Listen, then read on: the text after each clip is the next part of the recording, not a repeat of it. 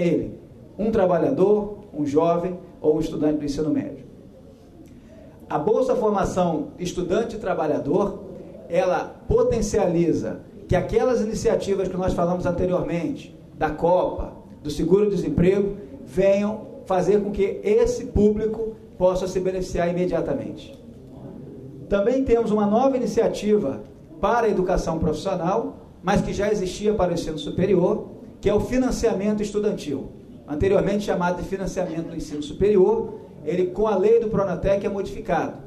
E o financiamento estudantil, ele oportuniza não somente ao estudante tomar um empréstimo a juros reduzidos, nós estamos falando de 3,4% ao ano, ou seja, bem inferior à taxa de inflação, e que na prática oportuniza aqueles que quiserem fazer um curso técnico na rede privada credenciada, que seja do Sistema S ou habilitada por um Instituto Federal, venha fazer, através de um financiamento, o seu curso técnico.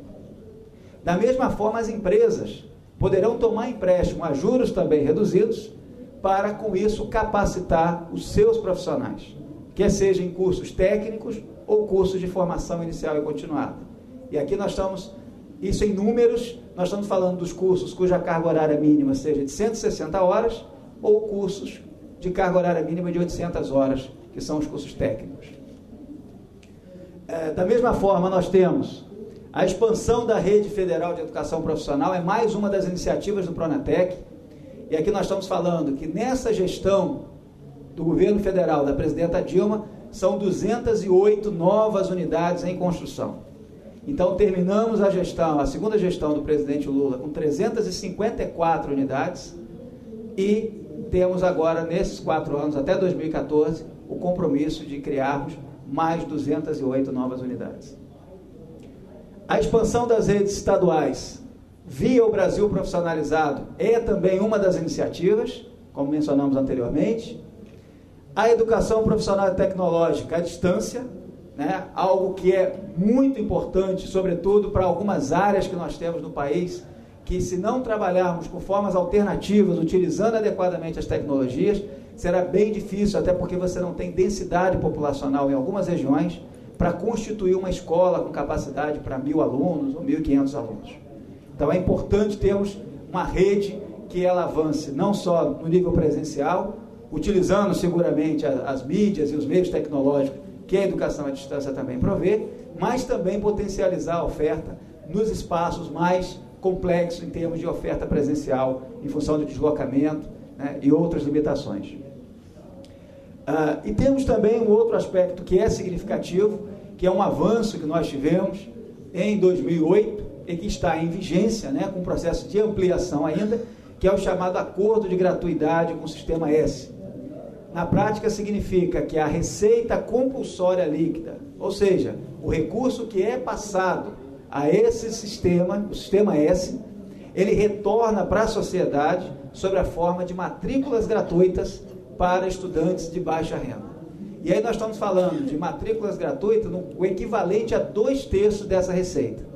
Então, com isso, nós estamos dando oportunidades àqueles que mais precisam, aqueles que têm baixa renda. Então, além de ser gratuito, não é gratuito para quem quer, é gratuito para quem tem baixa renda. E é algo que já está em funcionamento e até 2014 teremos 2/3 dessa receita compulsória líquida aplicada em matrículas de gratuidade. Próximo. E aqui nós temos as metas e vagas por iniciativa do Pronatec. O que isso significa? Embora nós tenhamos um conjunto de iniciativas, nós estamos trabalhando com cada uma delas com foco a alcançar, não apenas quantitativamente, que os números são bastante elevados. Peço desculpa para quem está mais ao fundo, não sei se está suficientemente claro aí ok, dá para ver aí? E eu destacaria o nosso número global, cerca de 8 milhões de estudantes e trabalhadores serão beneficiados até 2014, dos quais nós temos em educação técnica de nível médio mais de 2 milhões e 300 mil vagas, dos 8 milhões de vagas. Então é importante esse destaque para o país que na atualidade tem cerca de 1.300.000 matrículas de alunos em cursos técnicos. Isso evidencia o esforço para a ampliação da educação técnica no país. E com aproximadamente 5,5 milhões de vagas em cursos de formação inicial e continuada, nós estaremos de alguma forma atendendo a demanda existente nas diversas áreas, sobretudo dos setores produtivos, né, através do atendimento aos trabalhadores, né, e ao público-alvo do Pronatec. Próxima. Bom, diante dessa contextualização, o que nós colocamos em questão é o que nós temos efetivamente como oportunidades e ameaças no que diz respeito a essa política de valorização e crescimento da educação profissional estruturada através do programa Pronatec. O que nós vamos colocar aqui agora representa, ao mesmo tempo, embora o cenário colocado ele seja mais otimista, portanto, a gente já coloca numa linha mais de oportunidade, mas somos sabedores de que a não execução da política no formato previsto, ela potencializa um risco, uma ameaça. Então, é nesse contexto que a gente avança para alguns aspectos em termos de oportunidade e ameaça. Então, volte, por favor. No que diz respeito aos cursos técnicos, o que nós temos de oportunidades e ameaças? Bom, o primeiro fator é justamente a ampliação das matrículas do ensino técnico no país. Inegavelmente, está nas metas do Pronatec. Também ampliar a integração entre as redes ofertantes e as redes públicas de ensino médio. Via o Pronatec, é possível você ter um processo no qual o ensino técnico se dá de forma complementar ao ensino médio, que nós chamamos de forma da concomitância. Então, isso potencializa o maior nível de articulação e integração das diversas redes ofertantes. Da mesma forma, ampliar a oferta de cursos técnicos por meio de projetos pedagógicos e currículos articulados. Por essa mesma via, é possível você dar mais significado ao ensino médio. Nós temos no Brasil hoje cerca de 8.300.000 estudantes no ensino médio, dos quais apenas 50% concluem o estudo até os 19 anos de idade. E aí nós estamos falando daqueles que concluem cerca de 1.600.000. Então, precisamos ampliar, sobretudo para esses jovens, as oportunidades. E o Pronatec traz, então, a oportunidade da qualificação, traz a oportunidade da educação técnica concomitante. E oportunizando esse jovem que já avance para a atividade profissional mediante a sua conclusão do ensino médio. Aquilo que nós valorizamos bastante, defendemos, que é justamente o processo de elevação da escolaridade. Também ampliar a oferta de vagas para os estudantes do ensino médio público, no ensino médio e da EJA, os estudantes, né, da educação de jovens e adultos. Nós sabemos que existe um contingente muito grande de pessoas que não conseguiram, no tempo normal, já tem mais de 18 anos, e que precisam ter oportunidade de voltar às escolas. E é preciso que essa ação ela seja articulada para que a gente tenha o estímulo a que se complete o ensino fundamental, justamente com a formação inicial e continuada, ou o ensino médio, justamente com os cursos técnicos de nível médio. Temos ainda, né, a possibilidade, e é algo que já está previsto no próprio Plano Nacional de Educação, de elaborarmos o Sistema Nacional de Avaliação da Educação Profissional. Na medida que a educação profissional cresce, os cursos técnicos ampliam em quantidade e em cursos, é preciso haver um sistema de avaliação. Esse é um processo já em curso e que está previsto no próprio PNR.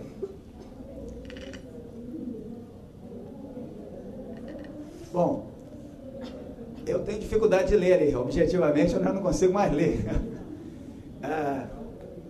Enfim, vamos para o próximo. O que é aquilo? Ok, obrigado, gente. É que o meu ângulo está muito difícil aqui. Obter um alto grau de interesse dos estudantes. Né? Nós entendemos que a educação profissional no Brasil hoje, ela passa por um processo de mudança em que a sociedade está valorizando muito mais a educação. E aí, nesse sentido, é preciso que a gente tenha um processo alinhado de oferta de cursos que esteja associado ao interesse e ao desempenho dos estudantes.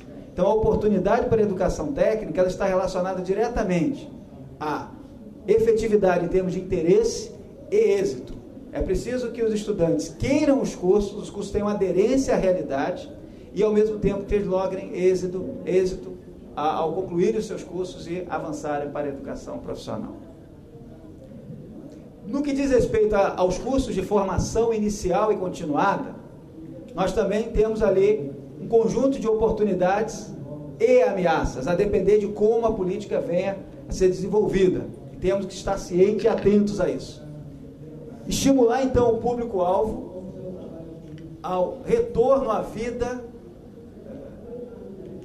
Eu já não consigo ler, tá difícil. A vida escolar, me perdoe. Potencializando a elevação da escolaridade. Essas dimensões, elas são complementares em relação ao que a gente falava anteriormente. Ou seja, fazer com que, através de um curso de 160 horas no mínimo, que muitas das vezes chega a 200, 220 horas e por aí vai, você faz com que esse trabalhador, ou esse jovem, ou esse estudante, ele volte a frequentar os bancos escolares por mais 2, 3, 4 meses. E isso potencializa que ele pegue o ritmo normalmente. Então, sobretudo aqueles que estão há mais tempo afastados da escola, isso potencializa um novo ritmo de estudo. Então, entendemos que é um grande ganho a questão dos cursos de 160 horas, no mínimo, para a formação inicial e continuada, porque além da questão qualitativa, você também tem uma questão temporal, diferentemente do que é possível conseguir com um tempo muito pequeno na escola. Bom, também induzir as redes ofertantes a desenvolver estratégias pedagógicas que contribuam para a permanência e êxito desse público-alvo. Né? Nós estamos falando de um outro público, não é o estudante típico. Então, como fazer para que tenhamos, com esse estudante, a motivação para que possam, de fato, estar ampliando as suas oportunidades? E aí cabe um exemplo que nós temos hoje na rede federal, que é o programa Mulheres 1000, mais adiante a gente vai falar novamente dele, no qual a meta hoje para as instituições da rede federal, dos institutos federais, é de alcançar até 2014 cerca de 100 mil mulheres, né? Sobretudo mulheres em situação de vulnerabilidade. E os exemplos que nós vemos da influência da mulher para a sua família, para os seus filhos, do momento que ela retorna, tem a oportunidade de voltar à escola, ele vai para além da oportunidade profissional. É a mudança que nós acreditamos em termos do ensino. É uma mudança comportamental, é uma mudança em termos de cidadania. Então, a oportunidade está sendo dada nesse sentido. É claro que, se isso não funcionar dessa forma, nós temos aí um risco, temos uma ameaça. Temos ainda ampliar as chances de ocupação do público-alvo. Então, esse é um aspecto. No momento que nós estamos falando de qualificação profissional, é justamente para ampliar as oportunidades. E é preciso que não seja uma lógica apenas ofertista, do tipo, as instituições têm os cursos e os profissionais que buscam. Não, nós precisamos mais do que isso. É nesse sentido que estamos iniciando um processo de construção do chamado Mapa da Educação Profissional no Brasil, que visa um estudo espacializado, que vai considerar as especificidades de cada região, de cada estado, de cada micro-região, dentro de uma lógica que contemple os investimentos e como está o processo de desenvolvimento econômico e social para os próximos 10 anos, pelo menos. Então, esse é um aspecto muito relevante para que a gente possa delinear uma oferta mais qualitativa a partir da análise da demanda real que o país apresenta. Também é preciso que se estabeleça a integração entre diferentes atores para a qualificação profissional. E aí é o que eu falava logo no início. Nós temos a articulação do Ministério da Educação num processo que integra diferentes ministérios, né, e diferentes atores. Dessa forma, nós conseguimos fazer com que a política de educação profissional ela não fique toda compartimentada, onde cada ministério, cada setor tenha um recurso e esse recurso é tratado a seu modo. Então, a ideia é de integrar esses esforços para que os resultados possam, de fato, ser acompanhados, monitorados e avaliados. Elaborar o catálogo nacional de cursos de formação inicial e continuada é uma outra oportunidade, algo que também já está estabelecido, né? Nós temos no Brasil o o catálogo, no que diz respeito à educação profissional, o catálogo dos cursos superiores de tecnologia, temos o catálogo dos cursos técnicos de nível médio, mas ainda não temos o catálogo de cursos de qualificação profissional. Com o Pronatec nós já demos um passo, que foi a criação do guia de cursos, o guia Pronatec de cursos FIC, só que esse guia, ele é temporário. Ele, na verdade, é o grande ponto de partida para vir em seguida o catálogo nacional, num processo justamente associado a de que forma nós queremos estruturar melhor esse processo de formação inicial e continuada no país. Próximo. Com relação às redes ofertantes, o que nós temos de oportunidades e ameaças? Há uma necessidade premente de ampliação da integração entre as redes ofertantes de educação profissional no país. Da mesma forma, alcançar grande parte do território nacional com a oferta a partir dessas redes que já são redes com credibilidade no país. Então é preciso, e acho que a gente chega nesse momento de maturidade, digamos assim, da educação profissional, onde a política se estabelece num formato integrado. Então isso potencializa seguramente um avanço, sobretudo no que diz respeito à oferta da educação profissional a partir de redes que de fato possam estar dialogando. Bom, induzir a oferta em curso em consonância com a oferta também relacionada à demanda pela educação profissional, que nós falamos anteriormente, o mapa da educação profissional. Os ofertantes são partícipes nesse processo. E, necessariamente, mediante esses estudos, devem estar readequando, realinhando a sua oferta, mediante a necessidade identificada nas diversas regiões. Da mesma forma, monitorar as matrículas nos cursos de educação profissional, e aí nós estamos falando de um processo que é individualizado, esse é um ganho que nós temos no país. A totalidade das matrículas em educação profissional no Brasil hoje, elas são identificadas a partir do CPF de cada estudante. Então isso potencializa você ter condições de fazer análises mais aprofundadas, identificar o perfil desse estudante, que curso eles estão fazendo, e potencializa mais o acompanhamento da vida estudantil para a vida laboral. De que forma? A partir do cruzamento de base de dados que nós temos no país.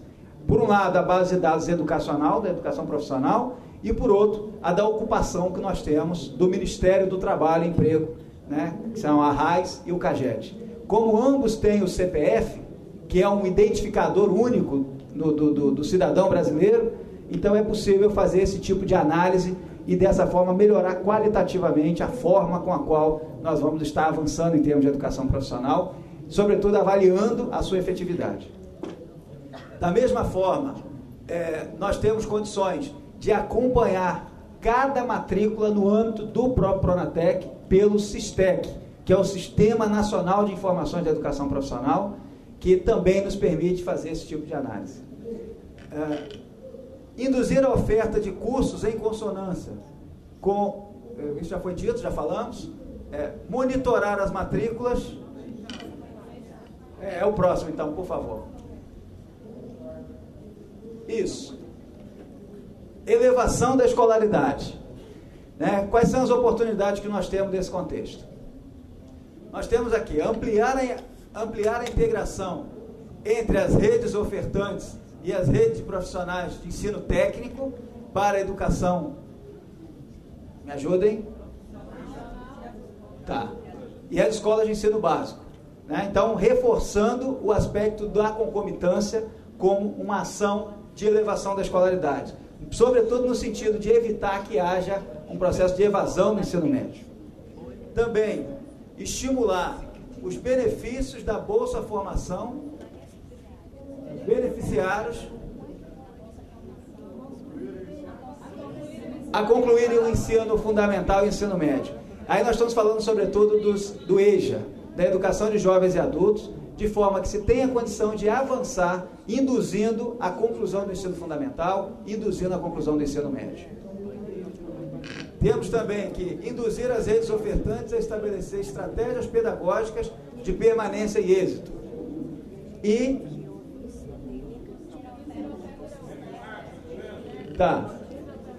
induzir a oferta de cursos técnicos associada a necessidades regionais. Né?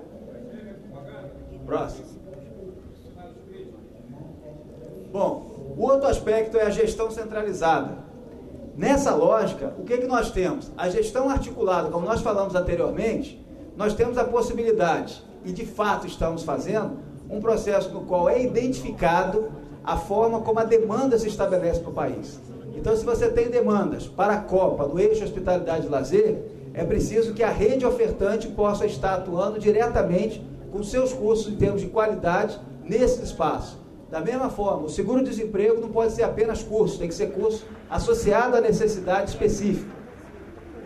Por outro lado, estabelecer mecanismos de pactuação entre os vários ofertantes e demandantes. Isso evidencia também um processo de amadurecimento no processo de gestão. Então, além dessa oferta estar articulada à demanda, à necessidade do país, é preciso que o modelo de gestão gere um processo de pactuação. Ou seja, os compromissos são assumidos no nível estadual, no nível federal, no nível estadual e no nível municipal. Então, isso é mais um elemento que reforça a necessidade de monitorar o cumprimento das metas, quer sejam quantitativas ou qualitativas. Nós sinalizamos ali que as metas quantitativas são bem significativas, mas de nada terá efeito se nós trabalharmos no aspecto quantitativo sem que isso se reflita em efetividade, que é o aspecto qualitativo da educação. E, seguramente, evidenciar os impactos do processo educacional, da formação técnica e da formação inicial e continuada, que é o modelo que está hoje definido como parte que representa a política de educação profissional no país. Então, com esses elementos, nós trazemos a seguinte conclusão, que o processo de você estabelecer a política de educação profissional a partir de um modelo que se estrutura por redes ofertantes de credibilidade no país, que se estrutura para um público de beneficiário, bem definido, claramente definido, quer seja o estudante, quer seja o trabalhador, é possível nós termos condição de avançar significativamente nos processos de educação profissional, quer seja a educação técnica de nível médio, quer seja na formação inicial e continuada. Bom, basicamente era isso que eu tinha para contribuir aqui nesse momento. Obrigado.